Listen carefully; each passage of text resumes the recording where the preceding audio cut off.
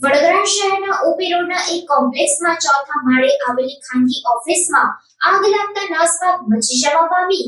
વડોદરા શહેરના ઓપી રોડના કોમ્પ્લેક્સના ચોથા માળે આવેલી એક ખાનગી ઓફિસમાં બપોરના સમયે આગ લાગવાની ઘટના બનતા નાસભાગ મચી ગઈ હતી. કર્મચારીઓ સમયસર નીચે ઉતરી જતા જાનહાનિ થતા રહી ગઈ હતી.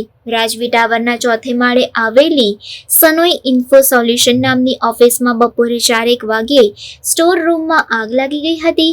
થોડી જ વારમાં આગના ધુમાડા આસપાસના રૂમોમાં પ્રસરી ગયા હતા અને ફ્લેમ બહાર નીકળવા માંડી હતી. આખું બળી ગયેલું વાયરિંગ જોતા સ્ટોર રૂમમાં લાગેલી આગનું પ્રાથમિક કારણ શોર્ટ સર્કિટ હોવાનું મનાય છે.